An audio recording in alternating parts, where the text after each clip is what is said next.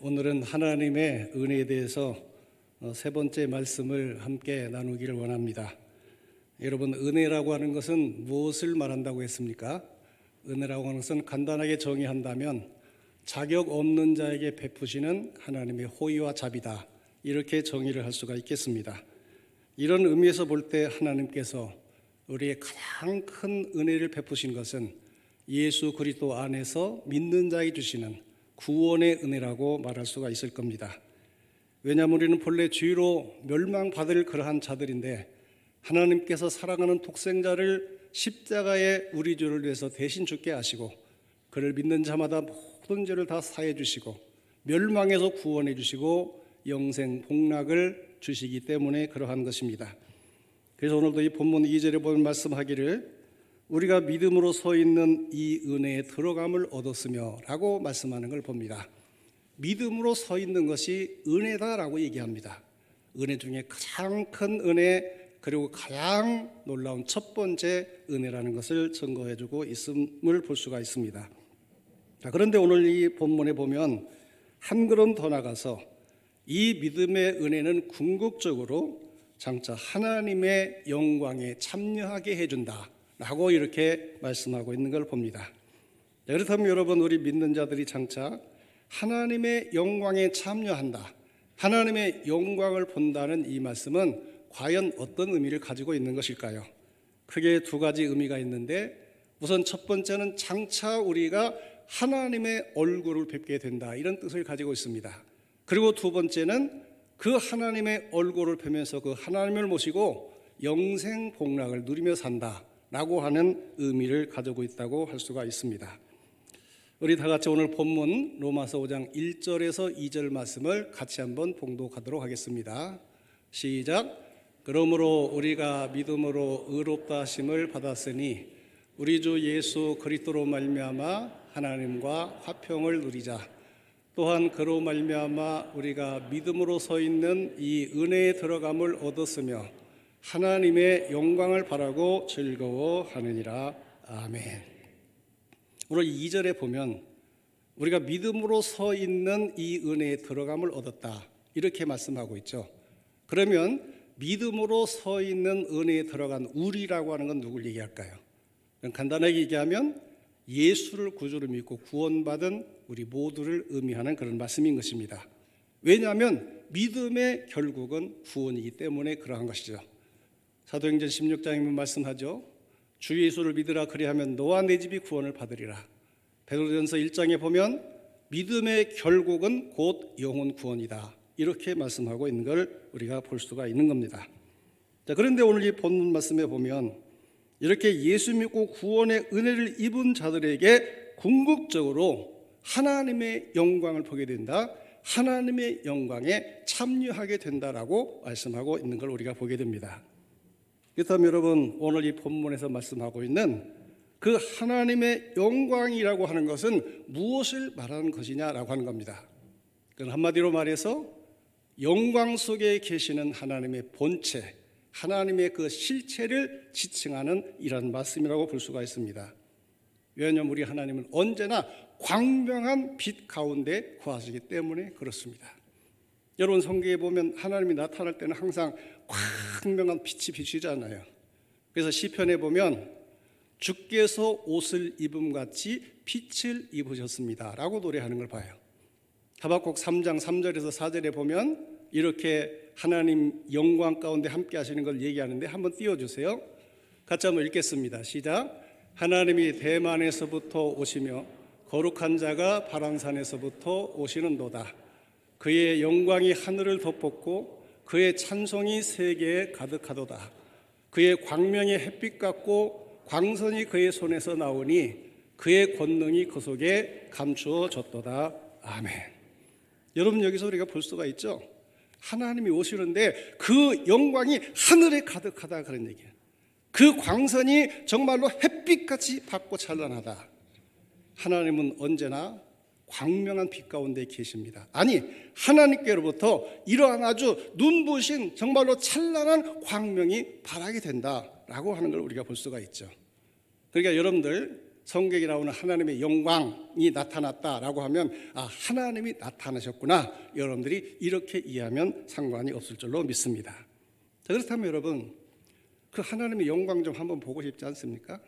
좀 하나님 좀 한번 제대로 한번 볼 수 있었으면 좋지 않겠어요? 기왕에 우리가 이 땅에서 예수 믿고 사는데 정말로 하나님을 그 얼굴을 한번 보고 그 하나님과 마주보고 그 하나님과 대화하고 교통하면서 우리가 신앙생활을 하셨다면 얼마나 가슴이 시원하겠어요? 얼마나 우리 믿음이 더욱더 든든해질 것 같습니까? 이런 생각을 우리가 하게 됩니다. 그런데 여러분, 성경에 보니까 우리가 비록 믿음으로 말미암아 하나님의 자녀가 됐음에도 불구하고 우리는 이 땅에서는 하나님의 얼굴을 똑바로 볼 수가 없다라고 얘기를 해요. 왜냐하면 그 이유는 우리는 아직도 죄 중에 살고 있고 죄와 더불어 살고 있기 때문에 원치 않든 원하든 간에 죄로 더불어 오염된 몸과 마음과 영혼을 가지고 살고 있는 거예요. 근데 우리 하나님은 너무 거룩하시고 너무 성결하십니다. 어느 정도로 우리 하나님이 거룩하고 성결한가면 죄를 쳐다볼 수도 없어요. 패역을 용납하실 수가 없어요. 그래서 하박국서에 보면 말씀하기를 주께서는 악을 참아 보지 못하시며 쳐다보지도 못한다는 거예요. 패역을 참아 보시지 못하며, 그렇기 때문에 그 거룩하고 성결하신 하나님 앞에 우리는 설 수가 없는 것이고 하나님은 쳐다보실 수가 없는 거예요. 그래서 우리는 그 하나님을 볼 수가 없다, 성경은 우리에게 가르쳐주고 있어요. 그래서 출애굽기 33장에 보면 모세가 하나님 앞에 얼굴 좀 보여달라고 그래요.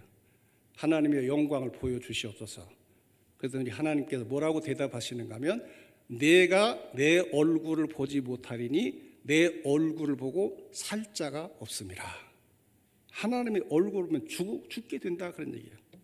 이 말씀은 바로 앞에서 말씀드린 것처럼 죄인된 우리의 모습으로 하나님 앞에 정면으로 서게 되면 하나님이 그를 충돌해서 죽이지 않을 수가 없다, 그런 얘기예요. 여러분, 죄의 삭은 뭐라고 그랬어요? 사망이라고 그랬잖아요. 이 죄인된 모습으로 이 죄인을 깨끗이 해결하지 못하고 주님 앞에 서게 되면 하나님께서 그를 죽이지 않을 수가 없는 거예요. 나는 너에게 내 얼굴을 볼 수가 없다, 내게 내 얼굴을 보여주는 너는 죽을 수밖에 없어, 이렇게 하나님이 거절하시는 걸 봅니다. 그래서 이 부분을 디모데전서 6장 16절에 보면 이렇게 말씀하는데 한번 띄워주시고 같이 읽겠습니다. 시작. 오직 그에게만 죽지 아니함이 있고 가까이 가지 못할 빛에 거하시고 어떤 사람도 보지 못하였고 또 볼 수 없는 이시니 그에게 존귀와 영원한 권능을 돌릴지어다. 아멘. 여러분, 하나님이 어떤 분인지 아시겠죠?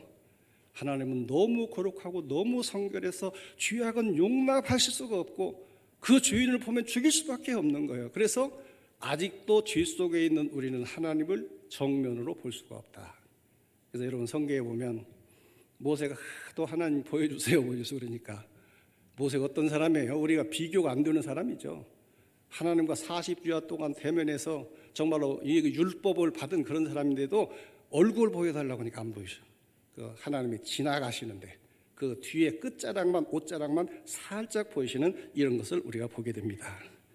근데 여러분, 우리가 비록 지금은 우리가 이 하나님을 직접 뵐 수가 없지만 이제 장차 우리가 부활을 해서 영원한 천국에 들어가게 될 때는 주님께서 우리를 거룩한 성품으로 완전히 변화시켜 주시는 거예요.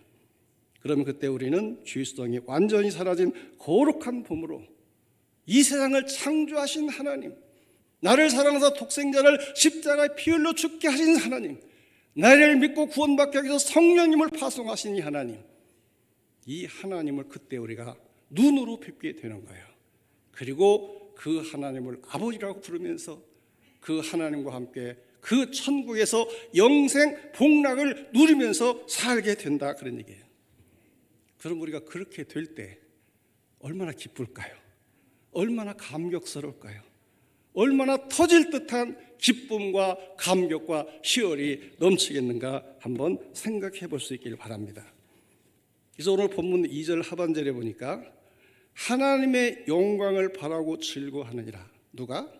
믿음의 은혜에 서 있는 그 사람이 하나님의 영광을 바라는데 하나님의 영광을 바라고 즐거워한다. 그 영광을 볼 때, 그 영광에 참여하게 될 때 즐거워한다.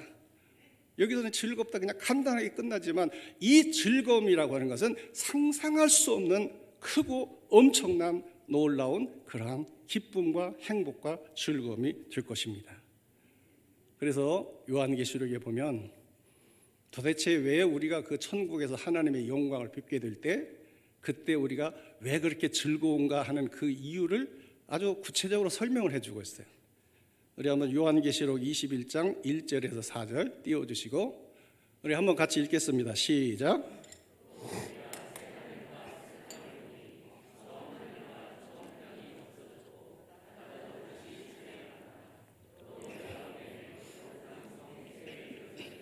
하나님께로부터 하늘에서 내려오니 그 준비한 것이 신부가 남편을 위하여 단장한 것 같더라.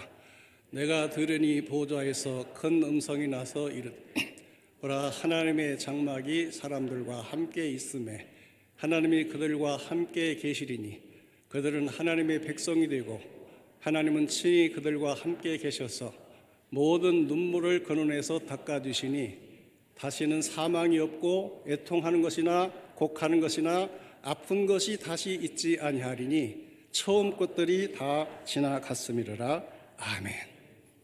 우리가 왜 하나님의 영광에 참여하면서 기뻐하는 줄 아십니까? 천국에 올라가니까 너무너무 좋은 거예요. 여러분, 천국이 얼마나 좋을 때는 상상이 가지 않잖아요. 사실 우리가 살고 있는 이 세상은요, 이거 하나님 없애버려야 돼.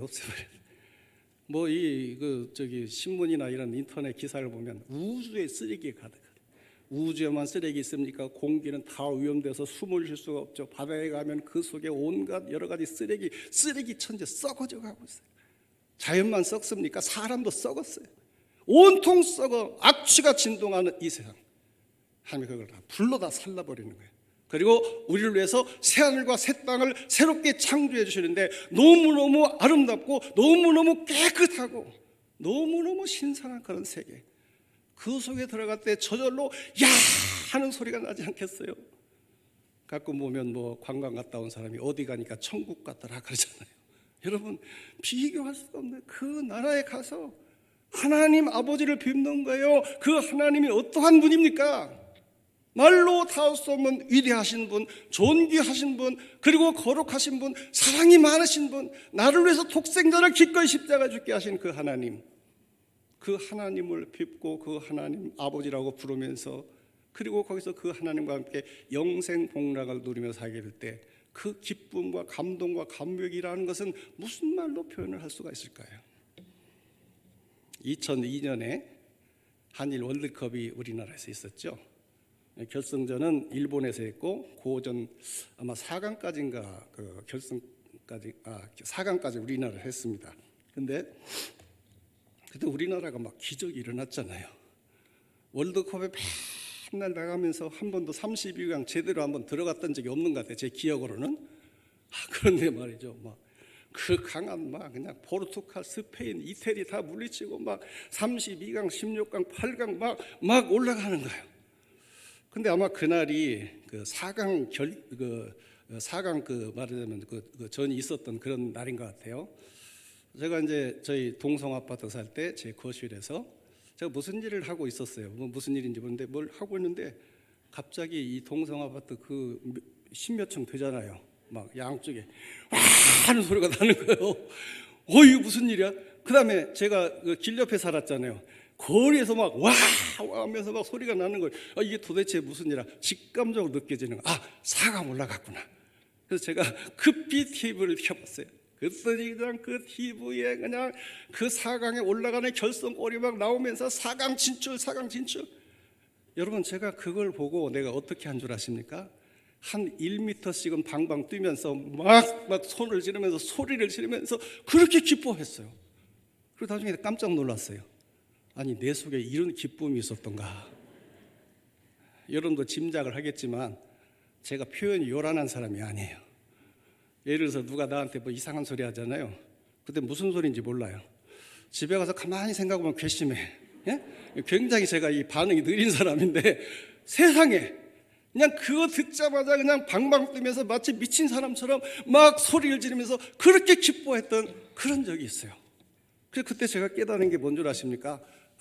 사람 속에는 내가 모르는 감추어진 기쁨이 있구나.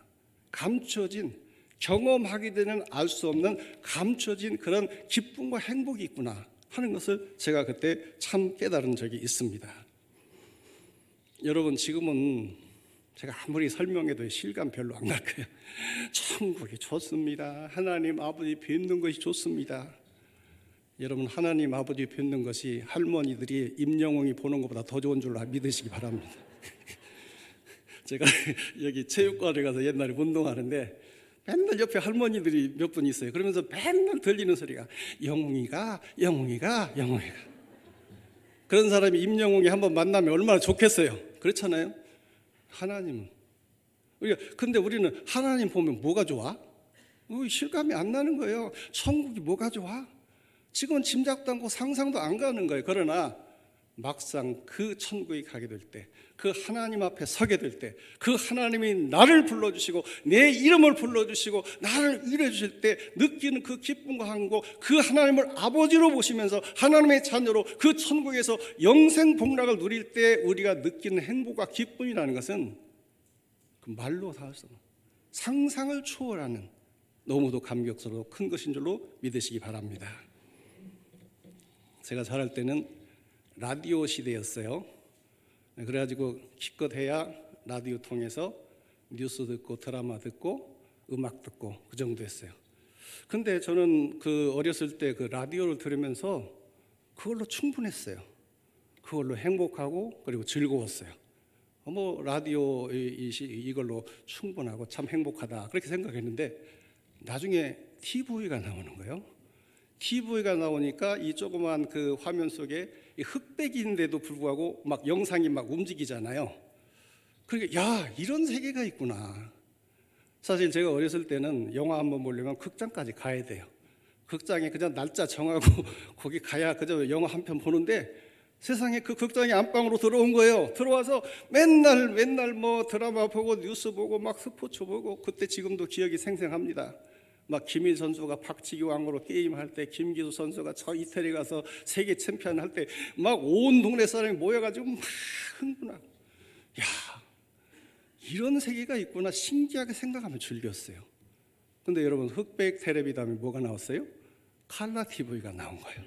칼라 TV가 그러니까 우리가 알지 못하고 누리지 못하고 경험하면 또 다른 세계를 발견하고 신기하면서 그걸 즐기게 돼요.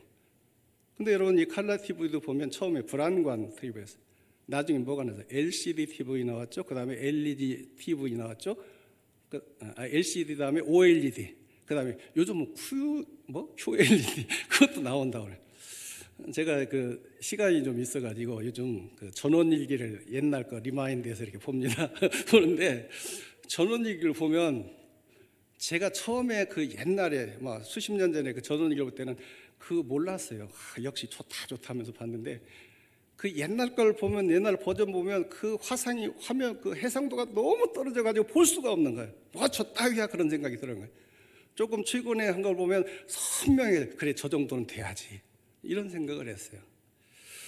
여러분 제가 생각할 때는 우리가 하나님 아버지를 직접 뵙고 그 하나님을 모시고 살 때 우리가 느끼는 기쁨과 그 누리게 될 행복은 바로 그와 같을 것이라고 생각하는 거예요. 지금 경험해 보지 못했기 때문에 모르는 거예요. 그러나 분명히 우리 마음속에 가슴이 터지도록 정말로 목이 터지도록 찬송하고 기뻐하고 방방 뛰면서 행복해야 할 그 기쁨이 있는데 그 기쁨이 어디 있어요? 하나님의 영광을 뵙게 될 때, 하나님의 영광에 참여하게 될 때, 그때 우리가 바로 그러한 엄청난 그런 즐거움, 행복을 우리가 누리게 될 줄로 믿으시기 바랍니다. 그래서 고린도전서 2장 9절을 보면 말씀합니다. 하나님께서 그 사랑하는 자들을 위해서 예비하신 모든 것은 눈으로 본 적이 없고 귀로 들어본 적이 없고 마음으로 생각지 못하였다 함과 같으니라 라고 말씀하고 있는 걸 봅니다. 오늘 여러분 분명히 믿으시길 바랍니다. 구원의 은혜는 우리가 그냥 지옥에서 구원받고 천국 간다 그게 단순한 얘기가 아니에요.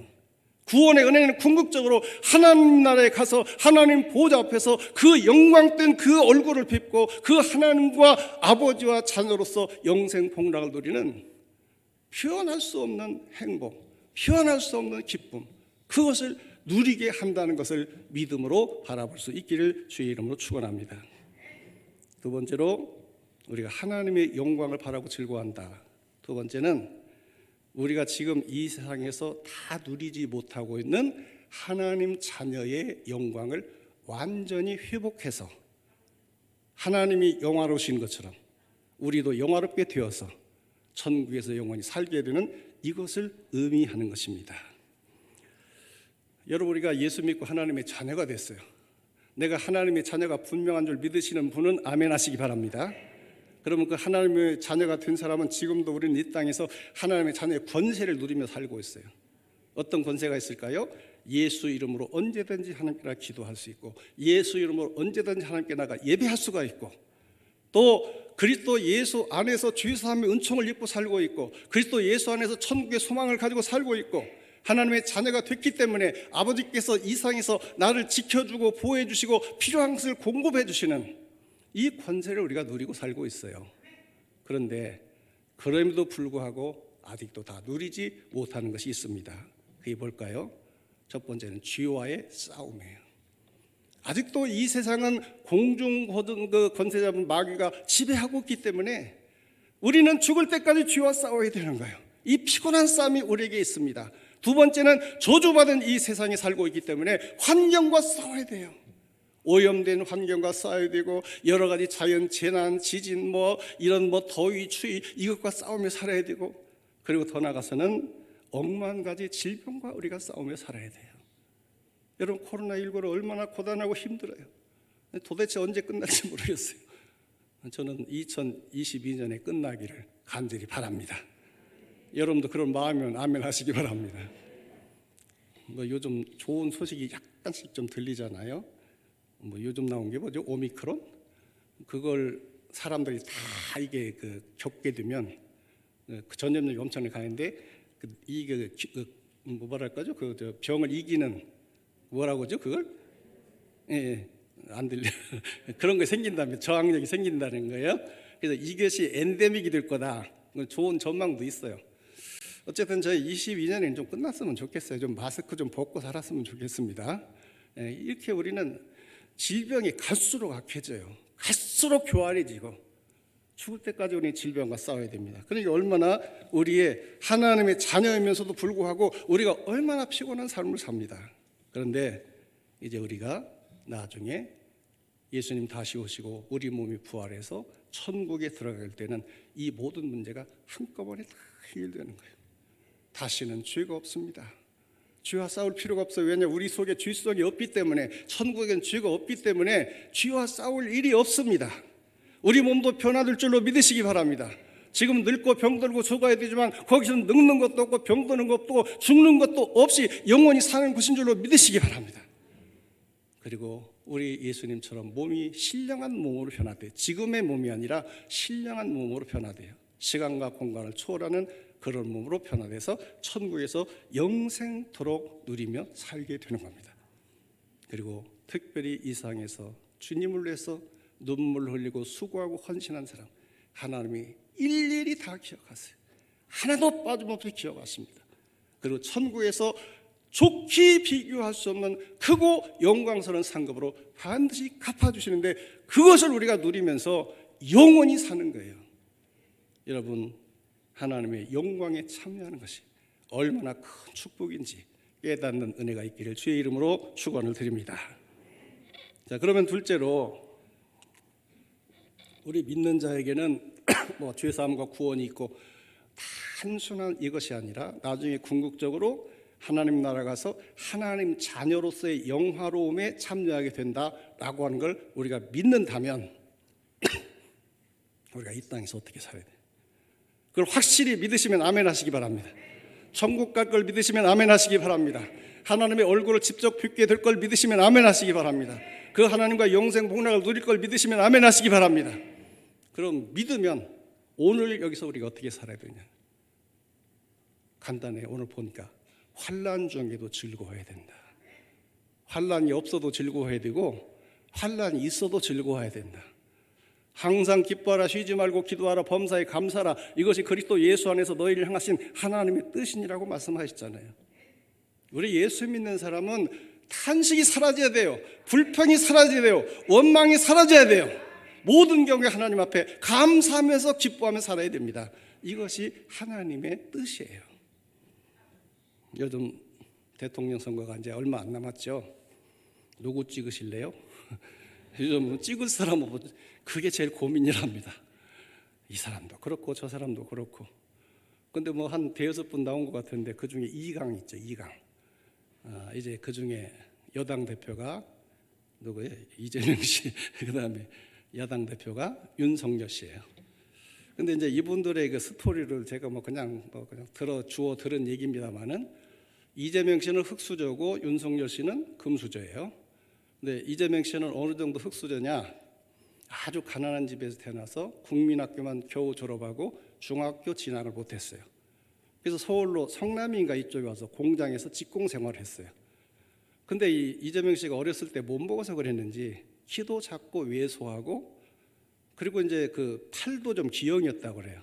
어떤 태권도 연맹 총재가 자기 도장에 이재명 씨를 데리고 어머니가 왔더랍니다. 태권도 좀 가르쳐 달라고. 왜 그러냐 그랬더니 공장에서 하도 사람들이 때려서, 그러니까 막 따돌림 당하고 매 맞고 그러고 살았나 봐요. 그래서 태권도 배워서 좀 매 안 맞게 하려고 데려왔는데 보니까 팔이 그때는 기형이었다고 그래요. 그래서 얘는 태권도 못한다 그래서 돌려보냈다는 그런 얘기가 나오더라고요. 어쨌든 이 사람은 참 피곤한, 정말 힘든 삶을 산 거예요. 공장에 다니면서 그다음에 혼자 독학을 해가지고 중고등학교를 검정고시로 마치고 법대에 진학해 나중에 변호사가 됐어요. 자, 윤석열 후보는 아주 금수저 출신이죠. 교수 아들로서 그 금수저 출신입니다. 근데 그에게도 인생의 굴곡은 있었죠. 자, 법대를 졸업하고 그 사법고시를 봤는데 몇 번 떨어졌는가 하면 8번 떨어졌어요. 8번. 여러분 8번 한 번 떨어져 보셨어요? 대학교 한 번, 두 번만 떨어져도 막 낙심이 되고 좌절이 되고 막 세상 살고 싶지 않은데, 여러분 사법고시 8번 떨어져 보셨냐고요? 제가 그 장안위에서 그 개척했을 때 저희 교회에 이제 어떤 한 가정이 나왔는데, 그 남편이 고려대 법대를 나왔는데 8번 떨어져서 그 사람도 8번. 그 가정에 신방을 해보면 참 기가 막혀요. 오랜 동안 그 사법고시 하나 쳐다보고 말이죠. 남편은 아무것도 하는 것이 없고 여자가 막 돈 벌어가지고 가정생활을 하는데, 진짜 참 어렵겠구나 그런 생각을 해봤어요. 이 사람 아무리 금수저 출신이지만 8번 떨어지고 9번째 사법고시 합격해서 검사가 됐지 않습니까? 근데 만약에 이 사람들이 이런 멸시와 학대를 당할 때, 이렇게 계속되는 이런 이 정말로 절망적인 낙방 할 때, 그때 만약에 자기들의 오늘날을 미리 확신할 수 있었다면 그들이 그때 어떤 마음을 가지고 살았을까 한번 생각해 보세요. 나는 비록 공장에서 남들에게 멸시 학대를 받으면서 이렇게 살고 있지만 나중에 반드시 내가 경기도지사가 된다, 내가 여당의 유력한 후보가 된다, 이걸 확실히 믿고 바라볼 수 있었다면, 내가 비록 8번이나 내가 사법고시에 떨어졌지만 나는 반드시 검사가 되고 검찰총장이 되고 야당의 후보가 된다, 이걸 여러분들 확실히 믿고 깨달았다면 그 순간들을 어떻게 지냈을까요? 에이 죽어버려야지 그랬을까요? 살고 싶지 않네, 절망, 그럴까요? 앞이 보이는데 왜 절망해요? 그 앞을 바라보면서 이건 과정일 뿐이야, 조금만 참으면 돼, 오히려 이것 때문에 나중에 내 기쁨이 더 클 거야 라고 생각하면서 넉넉한 여유를 가지고, 정말로 넉넉한 여유를 가지고 오히려 주어진 현실을 기뻐하며 감사하면서 살 수가 있지 않았겠는가 생각을 합니다. 그렇다면 여러분 한번 생각해 보세요. 세상에서 어느 정도 출세한 사람도 만약 그것을 확실히 믿을 수 있다면 주어진 고난과 현실 속에서 낙심하고 좌절하지 않고 오히려 즐거워하고 감사하고 기뻐할 수 있다고 한다면, 하나님의 영광에 참여한 우리 예수 믿는 사람들, 그 사람들은 오늘 여기서 우리가 어떻게 살아야 되겠느냐 그런 얘기입니다. 비록 남들에게 냉대 확대를 받는다고 할지라도, 남들보다 조금 힘들고 어렵게 산다고 할지라도 그것 때문에 원망하고 그것 때문에 슬퍼하고 절망할 수 있겠느냐 그런 얘기예요.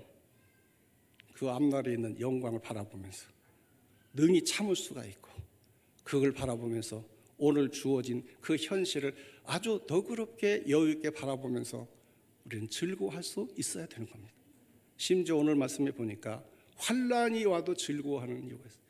환난이 올지라도 이 환난은 나를 망하게 하는 환난이 아니라 내 믿음을 연단해서 하늘의 소망을 더욱더 굳게 지지해주는 그런 믿음을 주는 이런 환난이다 생각하면서 환난 속에 도리어 감사한다, 이렇게 말씀하고 있는 걸 봅니다. 그래서 3절에 보면 말씀하죠.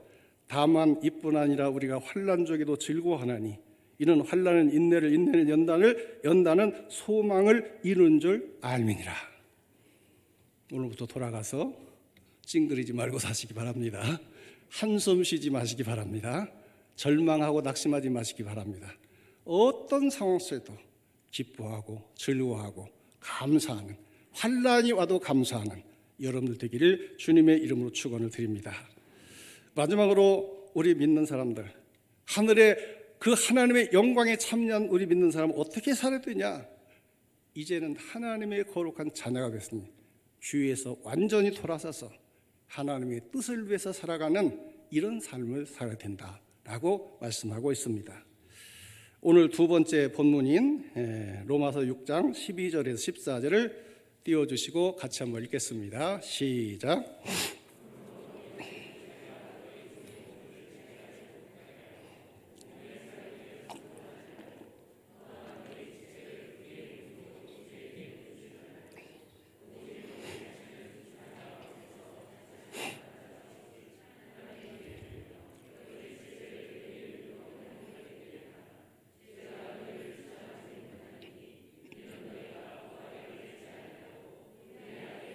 아멘, 아멘. 오늘 하나님의 자녀가 됐잖아요. 그게 마땅히 이제 죄에서 떠나야 되잖아요. 죄 때문에 예수님이 십자가에 죽으신 것을 깨닫기를 바랍니다. 또다시 우리가 죄를 져서 예수님을 또다시 십자가에 못 박게 할 것입니까? 죄에서 떠나야 돼요. 이제 하나님의 자녀니까 아버지의 뜻을 우리가 이루어내는 이런 삶을 사는 건 너무 당연해요. 자, 그런데 그럴 가능성이 충분히 있다. 이제 우리 예수 믿는 사람에게는 죄에서 떠나서 하나님의 뜻을 행할 수 있는 이런 능력과 권세가 있다. 걱정하지 말아라. 과감하게 죄에서 돌아서고 과감하게 주님의 뜻을 이루어라 라고 오늘 본문은 말씀하고 있는 겁니다. 오늘 이 말씀 가운데 죄가 너희를 주장하지 못한다, 이런 말이 있죠. 이 말을 다른 말로 바꾸면 마귀가 더 이상 너에게 너를 주장할 수가 없다, 이런 뜻입니다. 죄하고 마귀는 이건 쌍둥이에요, 쌍둥이. 마귀는 항상 죄를 가지고 우리를 미혹하고 하나님과 갈라놓잖아요.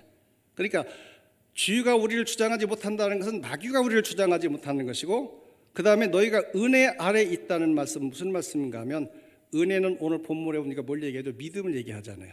그러면 우리가 예수를 믿으면 우리 안에 누가 찾아오시죠? 주님이 구주로 찾아오심을 믿으시기 바랍니다. 여러분들의 마음속에 우리 주님이 계신 것을 믿으시기 바랍니다. 그러니까 우리 예수 믿는 사람은 마귀는 떠났고 예수님이 내 마음속에 찾아오셔서 내 삶을 지배하고 그리고 주관하고 그리고 나에게 믿음의 힘과 능력을 주시기 때문에 우리는 죄를 떠나는 것을 두려워할 필요가 없어요. 나는 어쩔 수 없이 나는 죄를 지을 수밖에 없다, 핑계대서는 안 돼요. 얼마든지 죄에서 떠나서 하나님의 뜻을 행할 수 있다라고 하는 것을 오늘 이 본문은 나에게 가르쳐주고 있는 것을 우리가 볼 수가 있습니다. 여러분, 예수 믿기 이전과 예수 믿은 이후에 우리 삶의 주인이 달라지죠. 예수 믿기 전에는 누가 내 삶의 주인 노릇을 했습니까? 마귀가 우리 삶의 주인 노릇을 했어요. 에베소 2장에 보면 그때 너희가 공중 권세 잡은 자를 따랐다 그랬잖아요. 그때는 예수 믿기 이전을 얘기하는데 공중 권세 잡은 자라는 것은 마귀를 얘기해요. 근데 믿지 않는 사람들이 죄 짓는 거 당연한 거예요. 믿지 않는 사람들이 교회를 대적하는 것 당연한 거예요. 왜냐하면 마귀가 조종을 하니까. 제 마음대로 하는 게 아니에요. 자기 마음대로 하는 것 같지만 마귀가 세뇌하고 마귀가 그것을 뒤에서 다 조종하는 거예요. 그러니까 믿지 않는 사람은 마귀를 따서 죄의 종로로 탈 수밖에 없는 겁니다. 그러나 우리가 예수를 구주로 예수를 믿게 될 때 그때는 마귀는 내게서 떠나가고 주님이 나에게 찾아오셔서 주님이 내 인생의 주인 노릇을 하시는 거예요. 그래서 나를 지배하고 나를 다스리고 우리로 하여금 죄를 떠날 수 있도록 도우시는 거예요.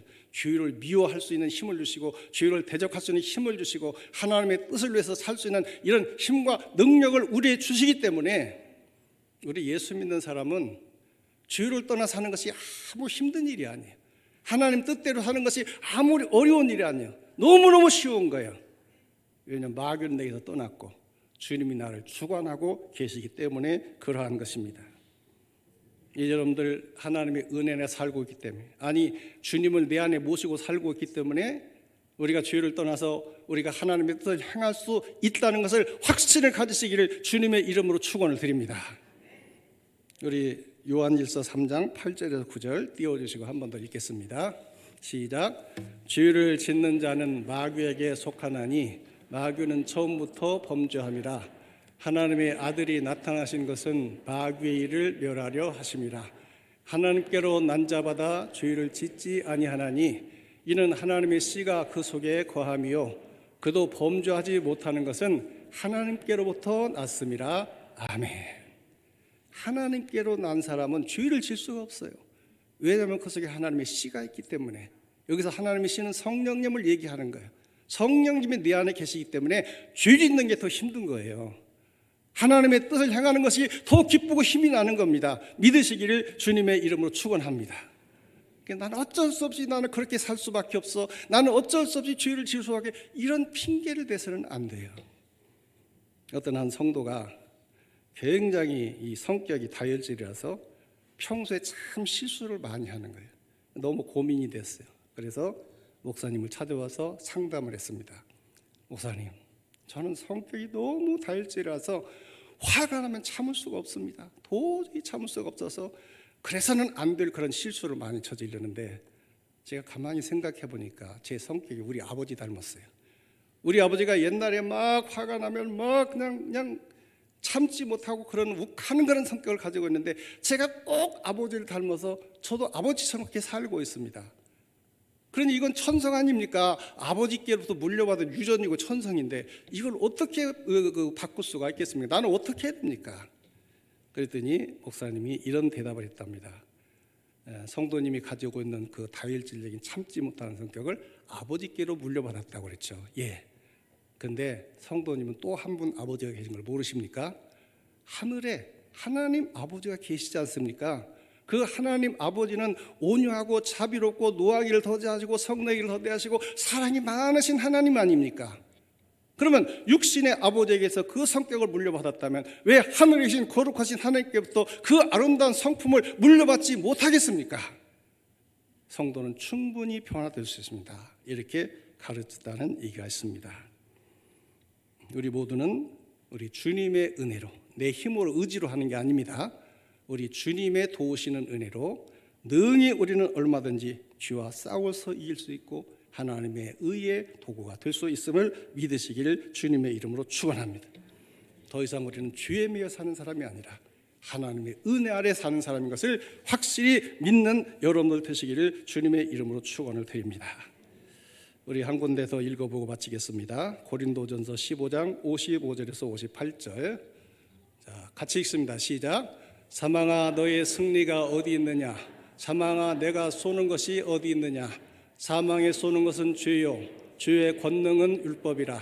우리 주 예수 그리스도로 말미암아 우리에게 승리를 주시는 하나님께 감사하노니 그러므로 내 사랑하는 형제들아 견실하며 흔들리지 말고 항상 주의 일에 더욱 힘쓰는 자들이 되라. 이는 너희 수고가 주 안에서 헛되지 않은 줄을 알미니라. 아멘. 말씀을 마치겠습니다. 오늘 이 시간 통해서 우리 믿는 자에게 약속된 하나님의 영광에 참여한다는 것이 무엇인지 가슴속에 깊이 새기고 돌아가기를 주님의 이름으로 축원합니다. 그 하나님의 영광에 참여를 항상 바라보며 환난 중에도 기뻐하는 여러분들 되시길 바라고, 주위에서 떠나 하나님께 붙잡혀 쓰임받는 의의 무기가 다 되시기를 주님의 이름으로 축원을 드립니다. 기도하겠습니다. 아버지 하나님 감사합니다. 멸망받은 죄인들을 독생자를 통해서 구원해 주시고 이렇게 하나님께서 하나님의 영광에 참여시키니 너무나도 감사를 드립니다. 이제 그 하나님의 영광을 바라보면서 어떤 가운데서도 항상 감사와 기쁨을 잃지 않게 하시고 하나님의 자녀답게 거룩한 삶, 하나님의 뜻을 이루는 삶에 쓰임받는 우리 모든 대왕의 성도들이 다 되게 하여 주시옵소서. 예수님의 이름으로 기도하옵나이다. 아멘. 아멘.